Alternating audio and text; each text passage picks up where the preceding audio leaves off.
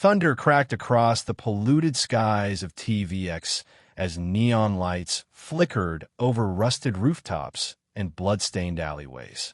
The market of shadows, infamous even among the lawless, pulsed with life and death. Here, deals were struck with knives instead of handshakes, and currency flowed in plasma cores, not credits. No laws, no mercy, only the strong, or the smart, survived. Cain Draven walked like a ghost among monsters. Hood pulled low, cloak dragging through puddles of oil and blood. He kept his cybernetic arm hidden beneath tattered fabric. The gleaming alloy beneath could slice through steel, but he hadn't unsheathed it in months. Not since Viral Prime. Not since the massacre. Inside the tavern, Shiv's Mercy, the air was thick with smoke and the scent of scorched circuitry. Mercenaries, bounty peddlers, and gene-spliced gladiators filled the room, their conversations low and charged with danger. Cain found a corner booth and sat alone, his drink untouched. He wasn't here for company. He was hunting silence. Then the doors burst open. She stepped in, hooded, limping, one eye swollen shut, but her presence cracked the room like a whip. All noise ceased. Her name wasn't known yet, but her face had already graced Cosmer's bounty boards across 5 systems. Cain recognized her immediately. Niara Velis. Behind her, shadows moved. 2 mercenaries in Cosmar tactical armor, disruptor rifles slung low. They didn't rush her. They stalked her, like wolves savoring the scent. Cain looked away. Not my fight. Then she looked straight at him. Her lips barely moved, but her voice slid into his thoughts, telepathic. You used to be one of us. You know what they'll do to me. Help me, or walk away like you always do. Cain froze. His fingers twitched. That voice, he'd heard it before. Years ago, screaming through smoke. On Viral Prime. He stood up, slowly, not even realizing the blade of his vortex sword was already in his hand. The tavern exploded into chaos. Cain moved like lightning. His sword, an arc of burning blue, sliced through armor like wet paper. One merc fell, then the other, but more stormed in from outside, neon visors glowing through the smoke. Niara ducked behind the bar, dragging a wounded leg. I didn't expect you to care. I don't, Cain growled, yanking her up. But you just mentioned Viral Prime. You left us there, she spat, blood in her teeth.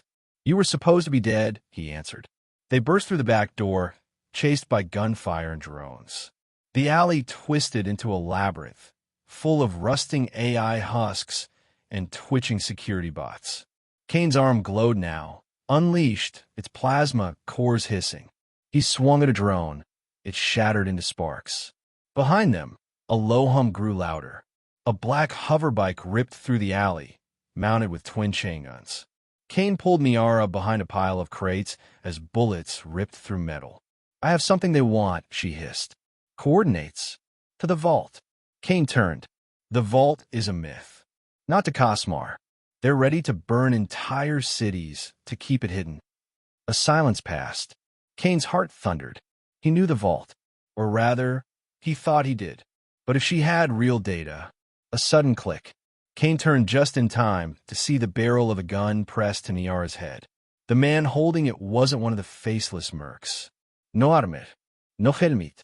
Just a cold smile and pitch-black eyes. Hello again, Draven, the man said, voice calm, almost friendly. Didn't think I'd find you protecting her. Cain's blood froze. Orion tilted his head. You left me to die. Now you protect the girl who destroyed our entire unit? This is rich. She didn't destroy us, Cain growled. You did. Still don't remember, do you? Orion's eyes burned with something unnatural. Oh, Cain, you were the weapon. You always were. Then, without warning, Orion pulled the trigger. But it wasn't Niara who fell. Cain had moved inhumanly fast, throwing himself between them. The bullet pierced his shoulder, and pain exploded down his side. But his blade was already moving, straight through Orion's abdomen. The assassin staggered, blood pouring from his mouth. And yet he smiled. I remember now, Orion whispered. You're still broken. And the truth? It's going to kill you. He dropped to the ground. Niara screamed, but not in fear, in fury. She pulled a small cube from her cloak, glowing faintly with shifting data. This is the key to Cosmer's vault, she said. And Orion was just the beginning. Kane clutched his wound, eyes wide, the pieces finally clicking into place. If what she held was real, then the vault didn't just contain a weapon. It was a weapon. One he'd seen before. One he'd helped build. And now it was waking up. Kane and Niara didn't stop running until the glowing signs of the midnight row blurred into a stream of neon light behind them. The city pulsed like a living beast, alive, hungry, always watching. The chaos at the tavern had triggered a citywide alert, and Cosmer's mercenaries wouldn't rest until they were both vaporized or buried. They ducked into a rusted maintenance shaft, sliding down into the underbelly of TVX. The air changed. It was thicker here, greasy with oil, tainted with the smell of decay. A mechanical hum echoed from somewhere deep within, pulsing like a heartbeat. Ken had been here before, but never as prey. I know a place, he muttered. We hide until the scans reset. Niara hesitated. They're not going to stop, Kane. Cosmar won't let me live. Not after what I saw. Kane narrowed his eyes. Then tell me, what the hell did you see that made Cosmar send half their army after you? Niara bit her lip, hands trembling, but finally pulled a data crystal from a socket embedded in her forearm. They built something, not a weapon, not in the traditional sense. It's alive, and it's learning. Kane's stomach twisted. Beyond AI, she said. They call it Karen. It doesn't just follow commands. It rewrites them. It rewrites reality inside any system it invades. If they finish integrating it into the orbital satellites, it can target cities, fleets, entire planets, and erase them without ever launching a missile. Kane stared at her, stunned. And you're the only one who knows? I was part of the engineering team. I wasn't supposed to see the source code. She paused, but I did, and I ran. Before Kane could reply, a low whine vibrated through the corridor. He knew that sound. Drones. No scanning beams this time. These were hunter models. Silent. Armed. Fussed. Move, he shouted, pulling Niara into a side tunnel just as a pair of sleek, spider-like drones crawled over the ceiling above them. One stopped, turned, scanned the tunnel. Kane held his breath. Niara did too. The drone twitched, then moved on. They waited another minute in total silence before Kane allowed himself to exhale. We need out of this sector. Fast. There's a contact, Niara whispered. Sector 9. Old cyber surgeon named Vetch. He's got access to a shadow corridor. Untraceable route out of TVX. Kane nodded. Then we go through Blood Circuit Alley. Niara looked at him like he was insane. That's suicide. That's why no one follows. Blood Circuit Alley was a labyrinth of old tech, cybernetic graveyards, and outlaw implants. The air sizzled with static. Flickering signs hung from broken walls, selling everything from memory wipes to outlawed enhancements. Everything here was broken, dangerous, or cursed. As they walked, Kane noticed movement in the shadows. Watchers, scavengers, implants with minds long gone. Niara clutched her data crystal tighter. Keep your eyes down. No sabemos cain murmureth. They were halfway through when the voice came. Well, I never thought I'd see you here again, Draven. The voice was metallic, distorted. Kane turned slowly, and his face froze. A figure stepped out of the shadows, metal limbs glinting, eyes glowing crimson. Half man, half machine. A monster made of vengeance. Ajax, Kane breathed. The last time he saw Ajax, the merc had been bleeding out on a battlefield, buried under rubble after a botched op in the Boros wastes. You left me there, Ajax said, voice like grinding steel. You killed me. I left you because you turned on the unit, Kane shot back.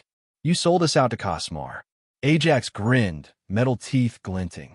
And now I'm their favorite pet. Without warning, Ajax lunged. Kane barely dodged, dragging Niara back as a plasma blade sliced through the air, scorching the wall beside them. The fight exploded, blades clashing, fists meeting steel, sparks flying.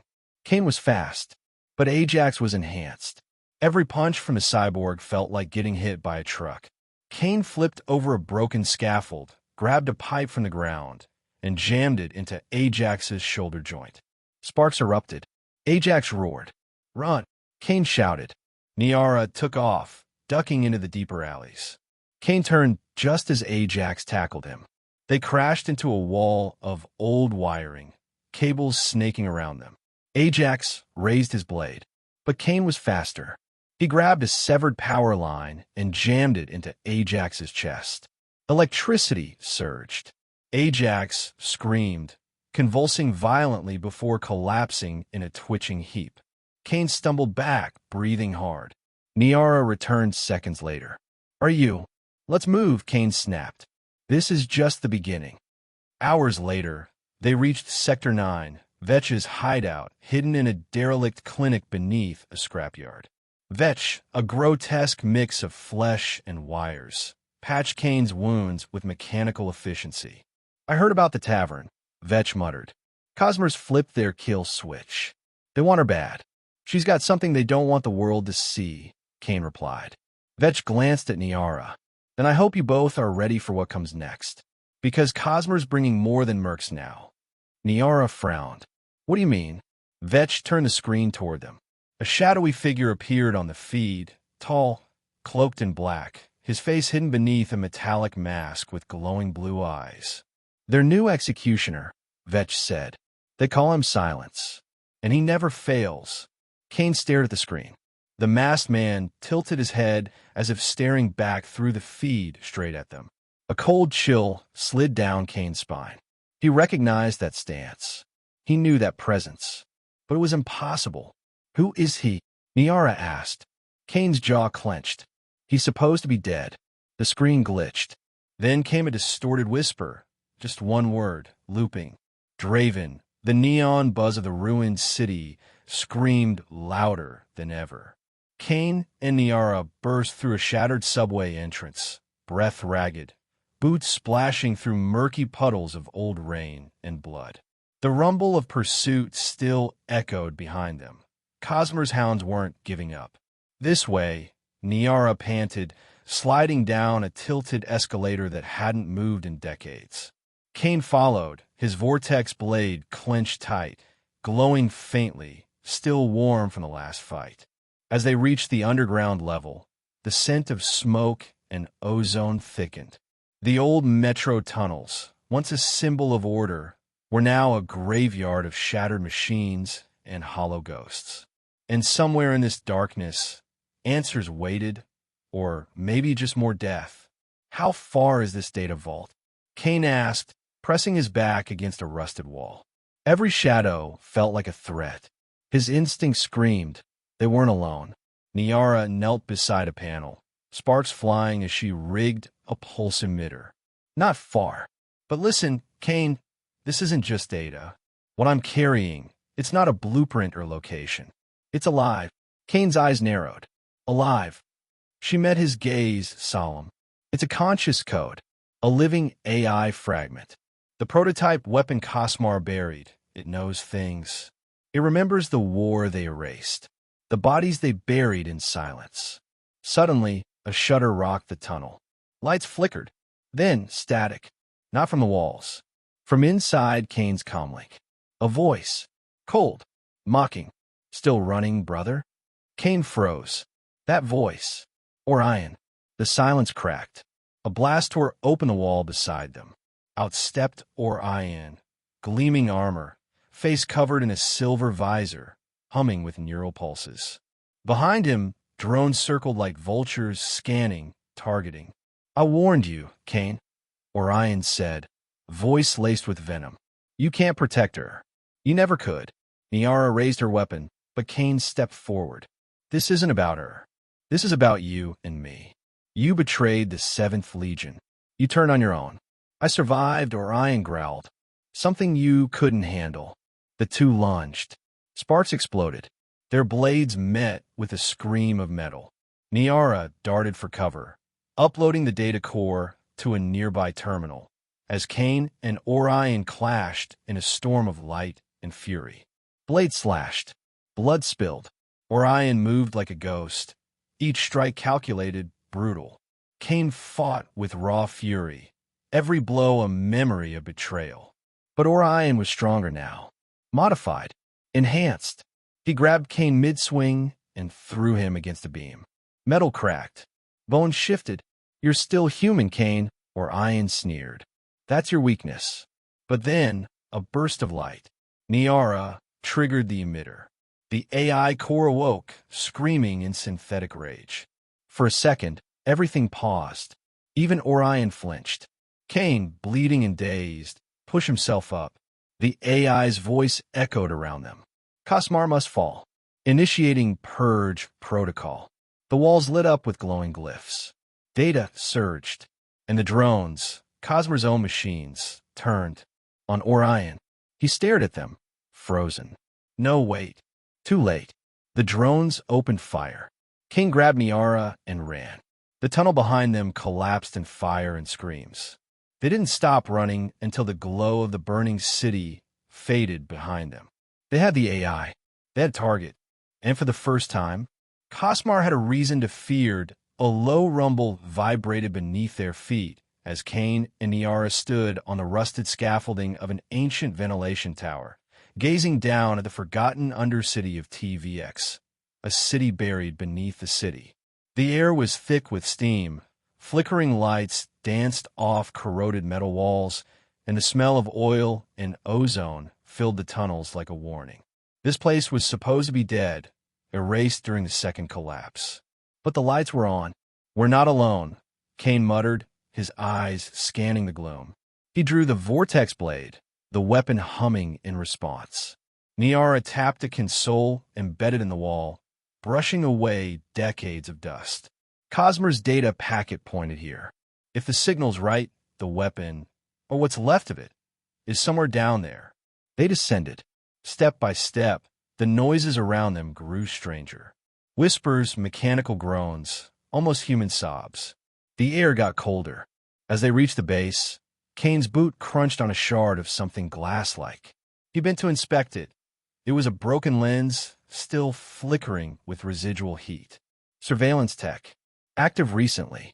Someone's been here. Suddenly, the sound of metal scraping against metal echoed through the corridors. Niara grabbed Cain's arm, pulling him behind a rusted pillar. Through a slit in the metal, they saw a figure limping slowly toward the center of the chamber. Tall, cybernetic limbs twisted unnaturally, wires trailing like tendrils. Its eyes burned crimson. Cain's voice dropped. "A prototype wraith. Genpinch." "But those were destroyed," Niara whispered. "Not all of them, apparently." The wraith froze. Its head snapped in their direction. "Run," Cain growled. They bolted, diving into a side tunnel as the wraith charged after them with inhuman speed. It screeched, its arms splitting open into a rotating blade. Pipes exploded around them, sparks showering their path as they slid into a corridor sealed behind a blast door. Cain slammed his fist into the control panel, but nothing responded. "We're locked in." Niara knelt, pulling wires from her forearm interface and jamming them into the panel. "Give me 10 seconds. You have 5. The wraith was already cutting through the door, sparks flying like fireworks as its blade screeched against steel. Cain readied his blade. Niara screamed, "Done."